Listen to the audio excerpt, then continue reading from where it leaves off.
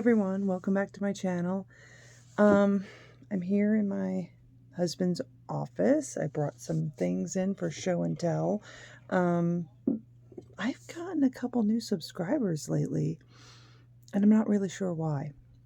Because lately I've just been kind of on a rambly binge and not really talking about anything specific, so I'm not sure what has drawn you all in. But that's fine. Welcome. Thanks for giving me a reason to talk. I mean, I just like engaging, although sometimes I'm not the best at responding to comments. I will improve. I will do better. But I just I don't know. I like putting the videos out, so it's nice to have some incentive to do that. Anyway, I thought I'd show a couple things of what I've been working on. So my friend, first of all, announced, my lovely friend Sasha announced that she's getting married next week. And Sasha, if you happen to be watching this, you are going to be spoiled if you continue to watch this. So look away, watch it later, come back, turn it off. But anyway, I wanted to send her a gift, like, just a monetary gift. They're going out to Vegas to get married, so what better way than to give them, some money for the casino. So that's my plan, to send some cash to her. But anyway, because she is a big 80s girl like myself, into the 80s nostalgia, I put my little thinking cap on. I reached out to my friend who owns a Cricut and asked her to help me with making my design. And anyway, I'm going to show you. Maybe you guys can recognize the source material. But here's my card cover. So see, it's raised up. I got the little things to raise it up to give it some dimension. But yeah, I guess I could have done better with the I'm not the best like calligrapher or whatever. Yeah, but I don't know. I think it's cool. And so this is Glitter and Gold Gem and Rio. This is the box art from their dolls. I actually have Gem. I don't think I have Rio, but I have the Glitter and Gold Gem doll. Not in the box, but I love the Gem and the holograms box art from the 80s. Oh gosh, I just think they're so pretty. I mean, look at her legs. She's got gorgeous legs. Now these are tights. It's kind of, I don't know if you can really see that. They're like glittery white tights, very 80s. But anyway, I thought these outfits were kind of wedding-ish, gave wedding vibes. So, and then also kind of Vegas vibes, with all the gold, Trump-esque, if you say. But, yeah, so that is the cover. And then, of course, I can't just say congratulations, so I wrote very many pages. And then at the end here, I put her gift. So, but yeah, I'm not gonna, I'm not writing anything that's really revealing. Just that I'm very happy for her. But anyway, I love this stained glass. I got this from Temu. Don't judge me. I went on Temu looking for stocking stuffers at Christmas time, and I ended up stuffing my own stocking. Yeah. Also from Temu, this Hala jellyfish sticker. But yeah, I just like having any excuse to decorate paper. So, but I really like the way this turned out. Isn't that cool? And this frame, this is gold tissue paper. I just crumbled it up to give it some texture. And then these frames also came from Temu. A pack of different shapes and sizes of these these like cardstock frames. And then this is just printed on cardstock, and then the Cricut cut them out, which is pretty precise. I mean, these are only 2 inches tall, and yeah. So anyway, I'll be sending that out tomorrow. Hopefully she'll get it before she leaves, because they're leaving next week, and I don't know when next week. So I want to give you an update on my cross-stitch journal. I had thought about bringing my other journal in, but I don't think there's anything in it too significant. I was just going to show you like my layout for the month. I don't know if you guys are interested in that. I like stationery and paper craft, and this is kind of one of the things I do as a form of art and expression, but also as like a form of therapy. And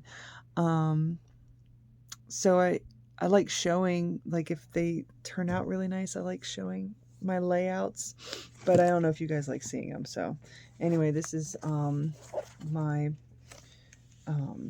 cross stitch tracker, which I intend to have it span the length of, a couple years. But this is actually, these jellyfish stickers, this is from the pack that came in this picture here. I'm always like saving different packagings and stuff, and then cutting them out and putting them in my journals.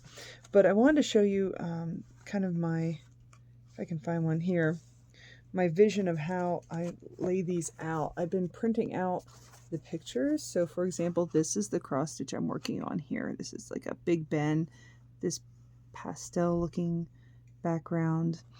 And I put in the starting amount of stitches and what my goal is for the year. And this is a picture from Paper Ang is the printer I have. It prints black and white photos on receipt paper. But that is what I started at the beginning of the year. This paper can be removed and updated for like next year to show my progress. So this is like the final, and then this is progress report, so to speak. Same with this one. It's like how I started at the beginning of 2024. I had done like 500 stitches prior to starting, and then this is the end result. So, and then in this spot here, I'm just going to put my goals each year until I finish it, or until I run out of room, whichever comes first. So that's all my projects are kind of laid out like that. Lately, I haven't really had as much time as I used to work on my cross stitch, because like last year it started to decline, but the year before last year I was cross stitching 500 stitches a night. Last year it started to drop off, and now this year it's even more so. Like today, I mean, I took all evening for me to get this card done. It's Wednesday, so I went to church for Bible study, and then I did the card when I came back. And we're going on midnight now, and I haven't started cross stitching, so I don't know if I'm going to tonight, or just hold off and do it tomorrow. But I just have been needing to spend more time focusing on Lincoln. I have started to read to him at night, because we're trying to get him to develop his language skills better. We're kind of in crunch time right now. For those of you who don't know or who are new, Lincoln is my youngest child. I have 4 children. He is 4 years old. He's going to be 5 on April 3rd, so he's turning 5 soon. He is considered nonverbal, autistic,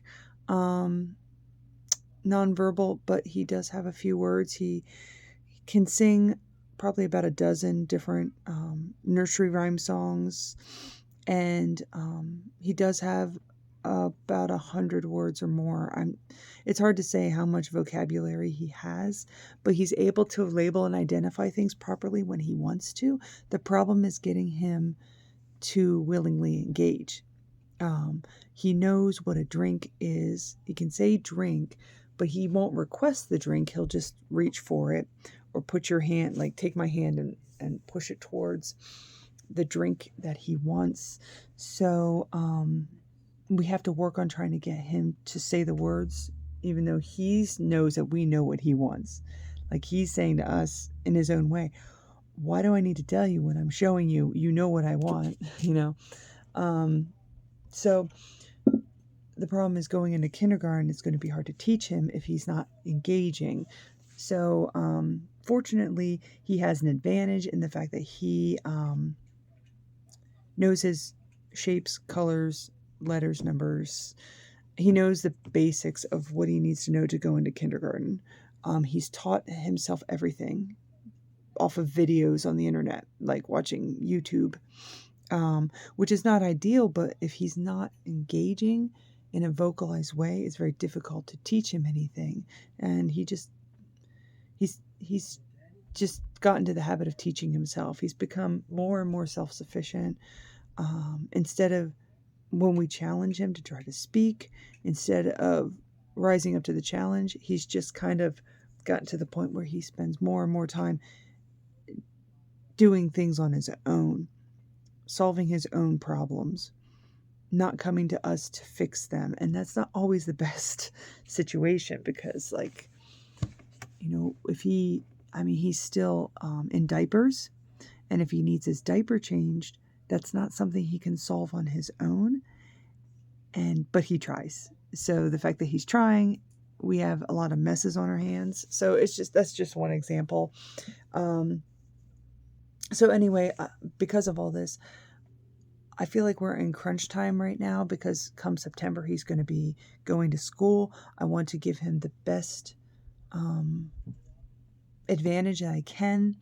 I feel like if I do nothing, then, you know, I'm not helping him. Me doing nothing is going to do nothing to advance him in school, obviously.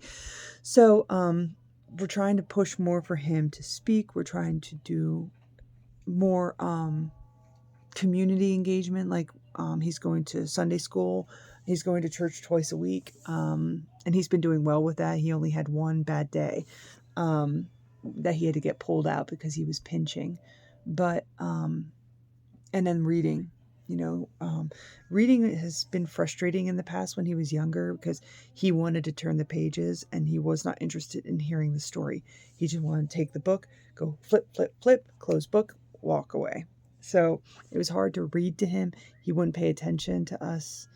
But I doggedly pursued him this time. I said to my husband, like, he needs to learn, you know, to get used to being read to, because hopefully he might develop some understanding of language in that way.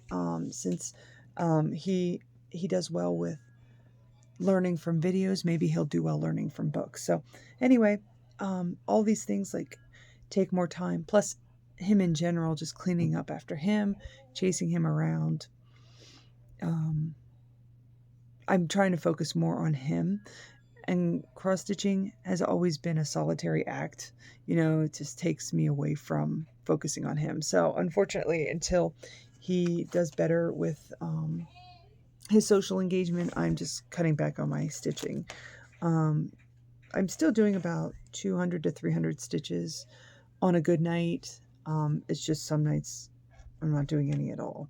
So this is an example. Here's February, just to show you kind of how things look in my cross stitch journal. This is, you know, the calendar, the month where I put all the stitches for each day. I write the stitches down each day, and then I put a sticker on to say the day's complete, just because I like stickers, and I put stickers on everything, and I love using stickers. At the bottom, I have a running total, and like a weekly count and a monthly count and a running total of how many stitches I've done. So far I've done 16,840 as of the end of March on cross stitching. This is the problem with papering. Like, it's a receipt, so like cash register receipts, so it like rubs off sometimes from use. But anyway, So this is some of the activities that I was doing on Facebook groups for cross stitch. Again, back here, this is like the road trip that I'm doing online. Facebook cross stitch road trip. I'm not going to get into the details of that because I'll bore you silly with it, but that's kind of what that is. And then, you know, here we're lending into March. So really, I'm only taking, like, for all of February, I'm taking up 3 pages. So, you know, with all this, I probably could put 5 years in this. So all my cross-stitch documentation is just specifically in this book, and none of it is in my regular journal. I also have my monthly focus plans. So for March, I was working on that Big Ben project that I showed you the pictures of. April, I'm going to be working on my winter tree, which is another project I'm working on.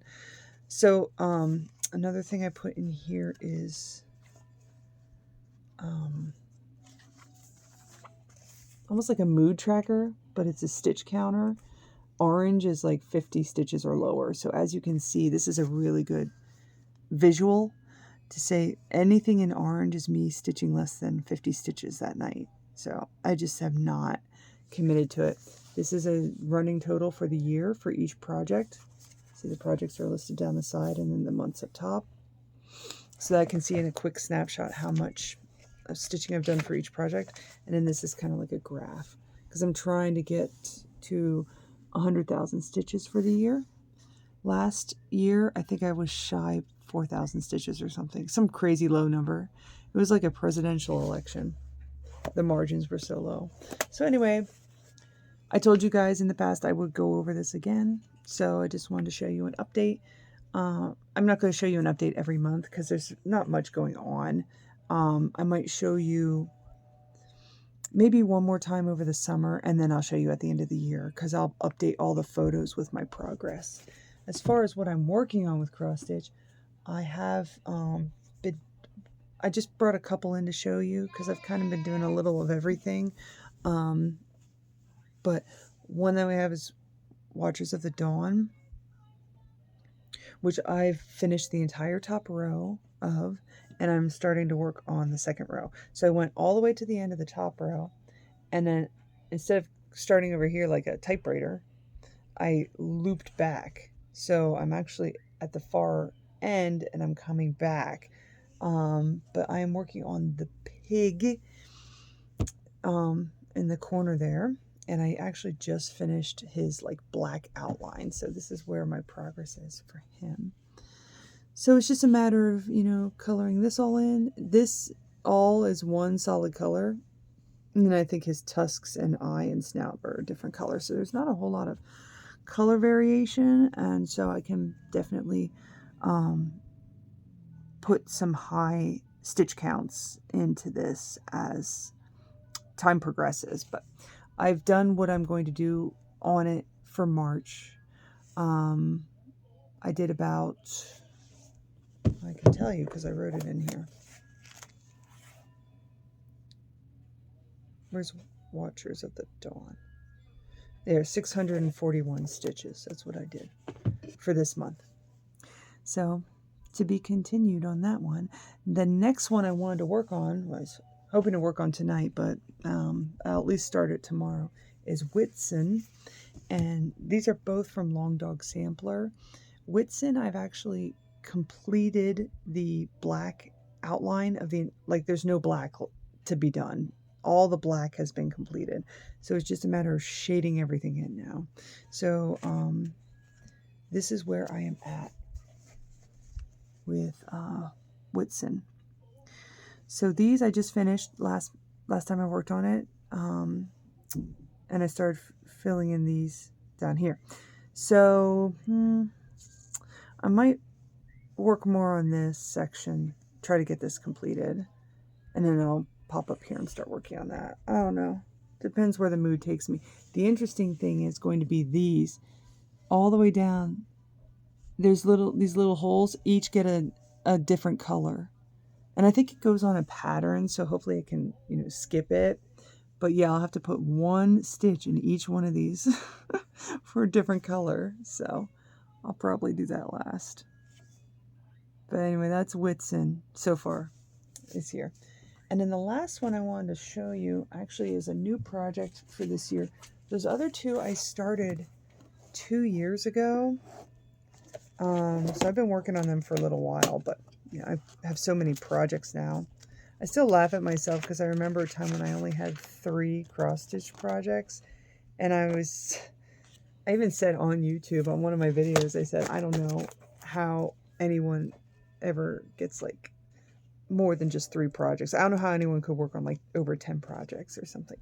And here I have, I think I have 21 projects right now. And I don't want to give any of them up, so some of them I haven't even worked on yet this year. It's just, I realize now there's too many, especially with the lack of time I have. It's just too many to work on. So I don't think I'm going to start anything new next year and just stick with what I have and try to get these things done before I start a new project. But we'll see. I always get a little starry-eyed come October when it's time to think about if I want to start anything new. The reason is because of the group I'm in. I've been in this Facebook group this is my 4th year. I think it's my 4th year. Yeah, I think 3rd or 4th. I'm pretty sure it's my 4th year of not. It's the whole objective of the group is to not start anything new. Or at least that's what it was originally, and that's what I stick with. So I've gotten to the point now that I'm so used to it that that's just how I operate regularly. Like even if I left the group, I would still operate that way. So I just I don't start any new cross stitch projects until the end of the year. That gives me the whole year to kind of decide on what I have, what I want to start, what I'm excited about. And so I don't do anything impulsively, because that's definitely something that happens in this hobby. But anyway, the last one that I wanted to show you is this one I had been looking at for 2 years that I was interested in maybe doing. And then I went to my local cross stitch shop and it was on sale for $7. This kit, I got it, not kit, pattern, I got for $7. Is a steal. So it's My Hometown by Carriage House Samplings. And I love it. I absolutely love stitching this. I think it's so satisfying. It looks, I don't want to say it looks cute because it's not cute. And it's not, I don't know, it's just organized. And it satisfies me to look at it. It makes me content to see it, my progress. So this is where I'm at so far. Yeah, I love how the colors pop. I love the linen I'm working on. Yeah, I'm really enjoying this one. I really like this sampler. So that's yeah, that's all I have for you for now.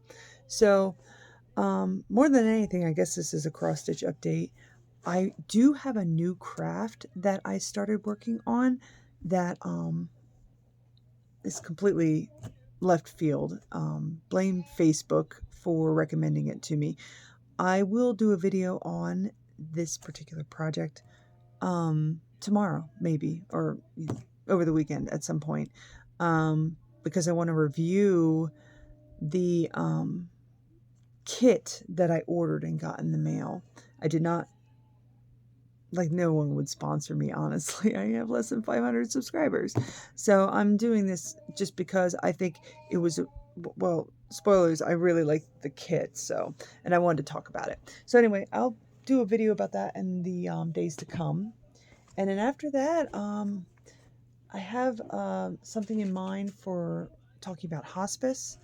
I was going to talk about why we use morphine in hospice. I thought about doing a video about that because a lot of people, a lot of families are scared of using morphine.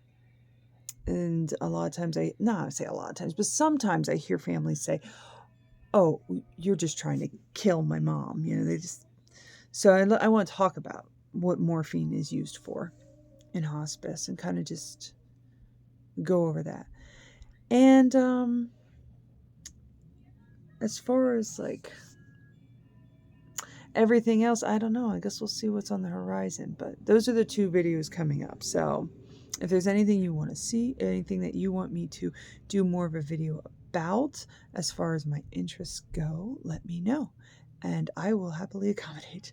So anyway, thank you for watching. Welcome to all of you who are new. I look forward to engaging with you, and I'll see you in the next video. Bye!